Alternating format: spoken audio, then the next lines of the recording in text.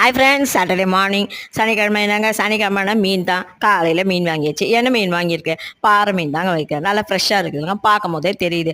அப்படியே ஒரு reddish maroon கலரில் இருக்குதுங்க.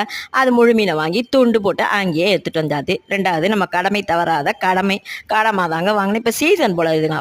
வாரம் டெய்லி கடமா வருது.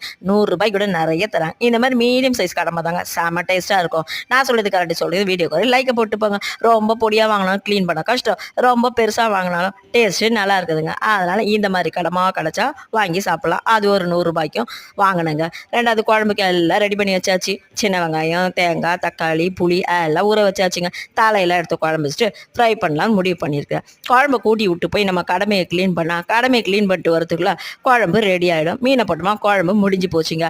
அடுத்தது கடமா தான். ரெண்டுமே செஞ்சு முடிச்சாச்சுங்க. இந்த வீடியோ பிடிச்சா லைக் பண்ணுங்கள், நம்ம சேனலை சப்ஸ்கிரைப் பண்ணுங்கள், கருத்துக்களை கமெண்ட்டில் சொல்லுங்கள். தேங்க்யூ.